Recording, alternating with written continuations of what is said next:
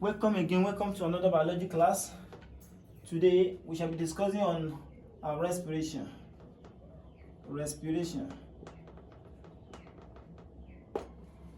I can remember we talked about the differences between the respiration and photosynthesis in the last video, and we promised that the next video is going to be basically on respiration, and today we shall be discussing on that respiration.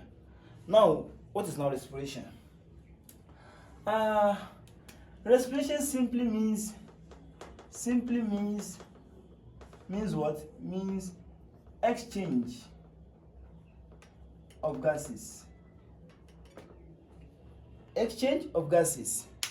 Yes, we exchange of gases. What do we mean by the exchange of gases?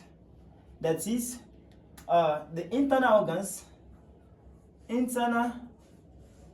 organs and environment.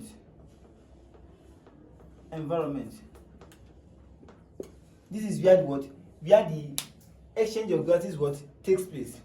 Because in the process of the exchange of gases, there's a lot of air, and we have discussed about the component of air. The component of air. In our last video, we talked about the oxygen, nitrogen, carbon dioxide, CO2, water vapor, and the likes. So we talked about them in the component of Component of air, because all these elements, they are present in the air. That's why I said we call it the component of air. So in this environment, we have all these components, all these elements rather.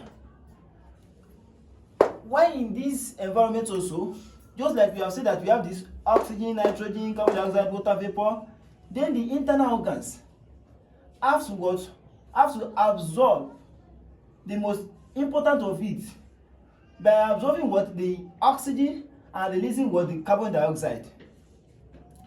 Assuming that, let's assume that this is air. We inhale all this air. In the process of inhaling air, we have already inhaled oxygen and carbon dioxide, right? In that process, we inhale the oxygen and try to release the carbon dioxide. Okay, good. Now, the exchange of gases within oxygen and carbon dioxide, right? So as a respiration, we bring in oxygen and we give out the carbon dioxide. We bring in the oxygen and give out the carbon dioxide. But note that oxygen is very, very important in the process of a respiration. A human being can survive for weeks without food. We can survive without food. We can survive for weeks. But it is impossible for us to survive without oxygen in a minute.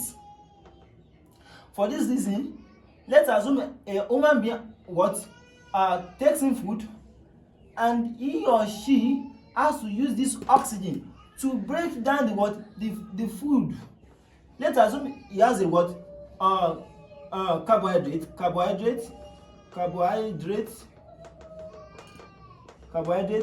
protein, fat and oil, or minerals, right? All these components of food have to be broken down for energy to be released in the living cell. Yes, for energy to be released in the living cell. For energy to be released in living cells. Right? Good. Don't forget that in our past lecture, we have discussed about the 6,6-H12O6 as a form of carbohydrate. This is glucose, and glucose is one of the form of carbohydrate, right? Good. This oxygen will be the one to break down that carbohydrate for us. It will be the one to break that carbohydrate for us to give us the energy in form of ATP, right? The energy in form of ATP, adenosine triphosphate. And the use of the oxygen to break down the food for the release of energy in form of ATP is called cellular respiration. Yes, cellular respiration. The use of oxygen to break down the food components, either carbohydrate, protein, fat and oil, or minerals, to give us the what energy in ATP for the use of a living cell is called what? Cellular respiration. No, now, okay, we know that what respiration, okay. Now, cellular respiration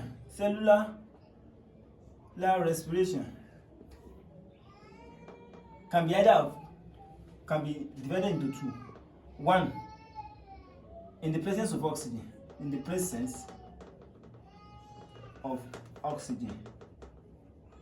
This is called aerobic respiration.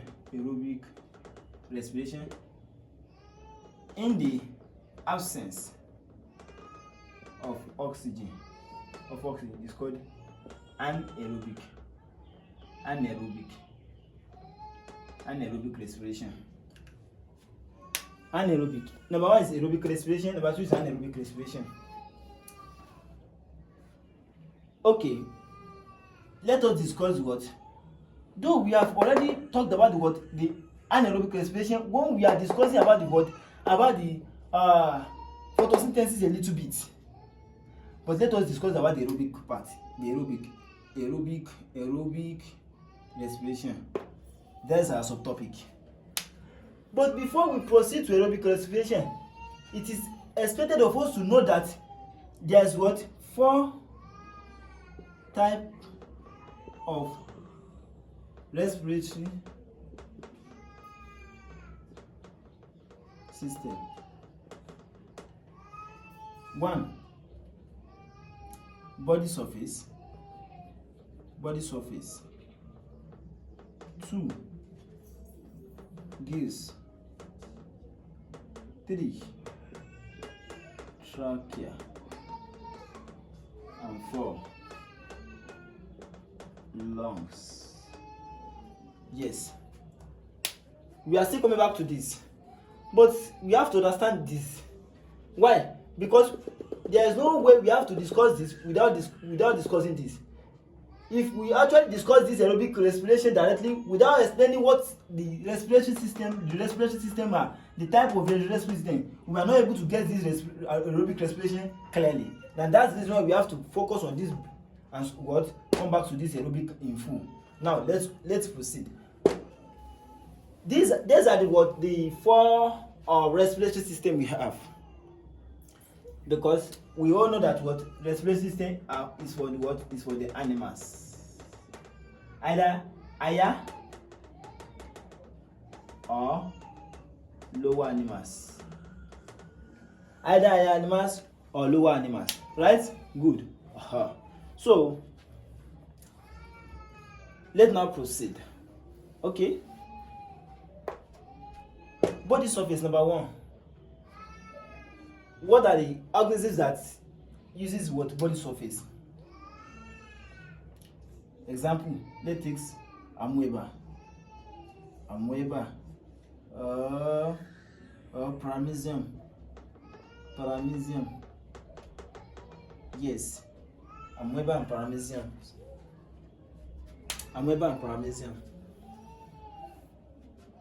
These amoeba and paramecium, they are organisms, but they are unicellular organisms. Right? They are unicellular organisms. Their body surface, they don't have a complex respiratory. That's the reason why we call them unicellular organisms. They don't have complex respiratory organ. They very simple respiratory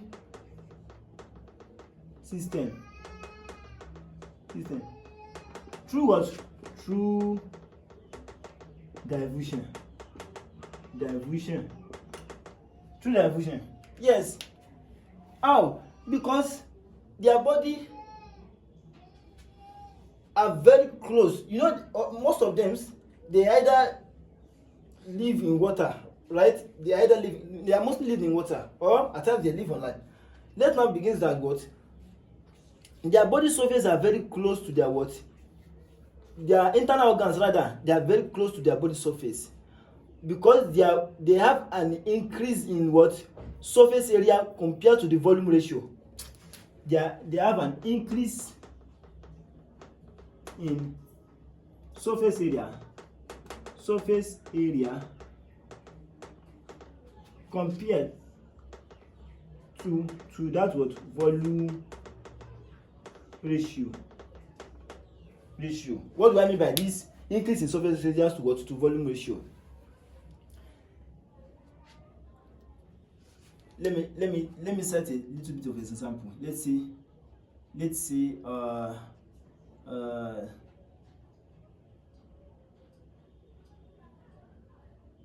you know, paramecium is like a slippers in shape.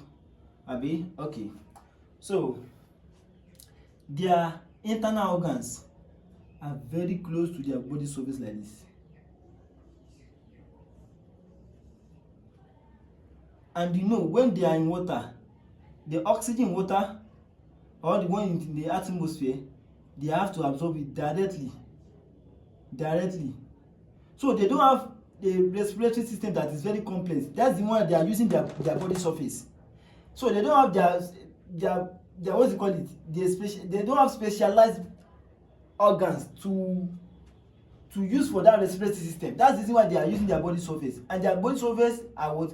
Our internal organs are very close to their body surface. But because these internal organs are the ones that need the oxygen to what? To do a lot of what? Cellular respiration by breaking down their food substances. So their body surface are very, very close to what? Their internal organs are very, very close to their body surface. It is very, very close to their body surface, right? And that's the reason why they have a very simple respiratory system through diffusion. Movement of what? Movement of materials from the region of what? Higher concentration to the region of what? Lower concentration. Right? And that's the diffusion. From the region of higher concentration, which is from the environment, to the region of lower concentration, which is in what? Their internal organs. Their internal organs doesn't have enough oxygen, so they have to take it from the what? From the environment. And that's the reason why what? Their body surface is very, very, their internal organs are very, very close to the body surface. So that is for what? The organisms that what? That uses what? Body surface. Example is like what? Amoeba and parameciums. Yes. Even in flatworms,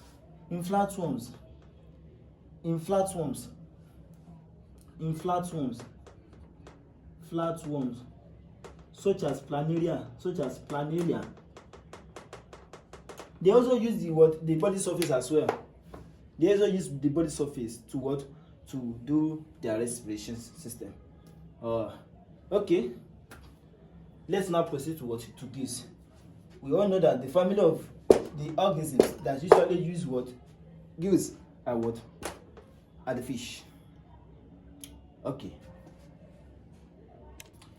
So we have talked about the body surface. Right? The last thing I will be discussing on this body surface is that we have talked about the organisms that make use of it, which is amoeba, paramecium, the flatworms generally, flatworms. And don't forget that what's it called? The amphibians. Let me say amphibians as well. Amphibians. The family of toad and frog. They also use body surface. Yes, they also use body surface. You know that the amphibians has what? They has what? The blood capillaries. these blood capillaries needs oxygen. You know, in our blood capillaries there's movement of what? Oxygen is the blood capillaries, right? But these blood capillaries are also close to the what? They are internal organs, but they are also close to the body surface, because you don't forget that what they have mucus that is being secreted by what? By mucus gland, secreted by mucus gland, right? This mucus usually makes their body to be in moisture. Yes, every time their skin will be in moisture, that is, it is wet, not that there is a lot of water, but a little bit wet, and that's the reason why they have got this moisture. And for the reason of this moisture in their skin, they are using, as a result, they are using body surface, right? And don't forget that these what you call it, amphibians, they usually have what is called cutaneous respiration. There is their respiration. The name of respiration that is being done by the amphibians is called cutaneous respiration. What's the meaning of cutaneous respiration? The respiration that takes place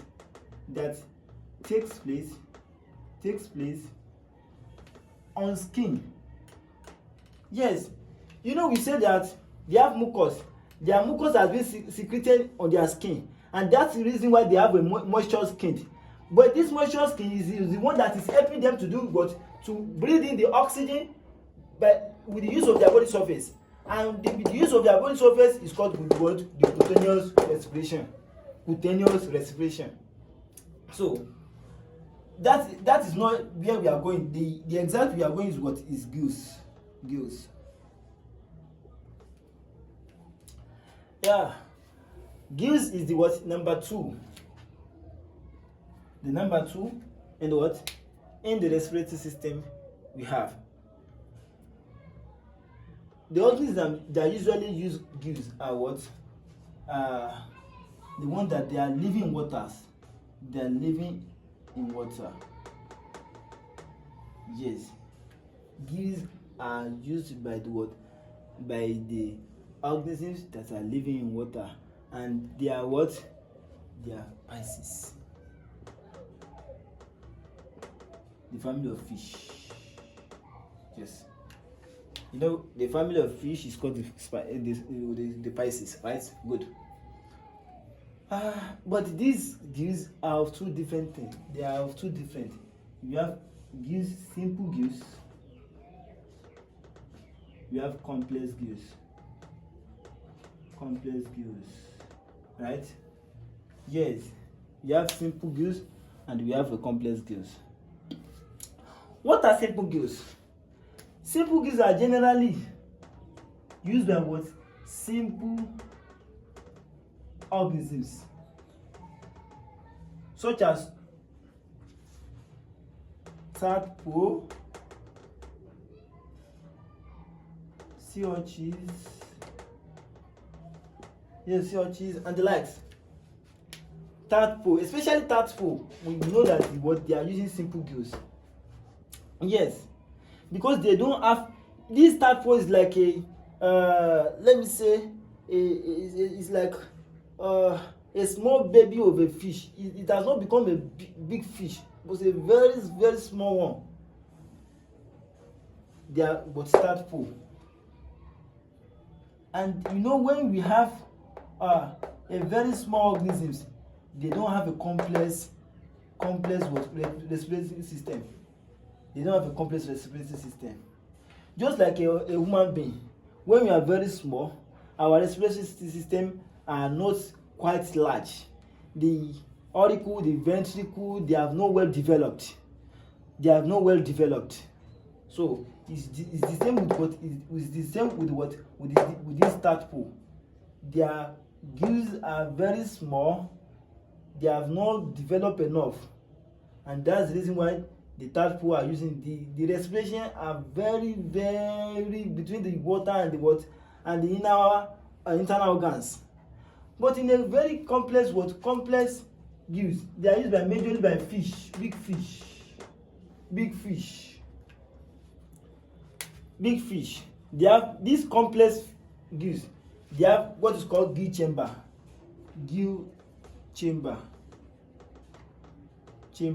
Yes.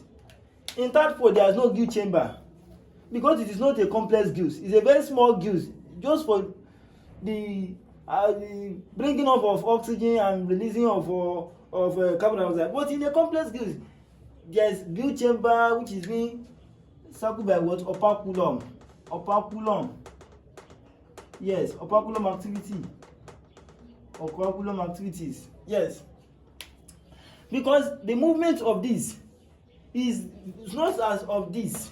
In this place, in this simple gills, the respiration, they bring in what? Oxygen here, and what the waste products are given out in the water. But in a complex gills, they have what? A complex relation from water. You know, they are already in water, right? To gills, complex gills, to what? To gill chamber. That's it. To operculum. That's it. You know, this is a very complex one. Water have to come in. From the water, they can take in the oxygen with the gills. The gills have to go to the gill chamber. Gill chamber is like this. It's like this chamber. So this gill chamber has to what? Bring in a lot of oxygen, extract the waste products, and from there put it to the what? Put it to the operculum and back to water. You know, they are already living in water. So their activities is remain in water. They bring in water, go to the gill chamber, to operculum, and back to water. But in this one, within their small gills and back to water. That's the reason why they are of difference. So gills are also used as a respiratory system in spices, even though they are either simple gills or complex gills. The simple gills are used by tadpoles, sea urchins, while the complex gills are used by what? By big fish. So, and this is what the chain at which what the oxygen is coming in and the water that is going to come out from water to gills to gill chamber and to operculum. So, thank you very much. In the subsequent video, we shall be discussing about the lungs and the trachea. What are the organisms that use lungs and what are the organisms that use trachea? Now, after we have discussed this, by knowing the respiratory system, now we are coming back to the aerobic aspirative part. The aerobic, you know, we have talked about the cellular respiration is divided into the aerobic and anaerobic. The aerobic part is the one that is use of oxygen. The anaerobic part is the one that is no use of oxygen. And we have discussed the anaerobic part in subsequent videos. In the previous video we have done, in the previous video, and the next video we are going to do on this is the aerobic aspect on the respiration. Thank you very much. Don't forget to subscribe to this particular channel. Thank you once again.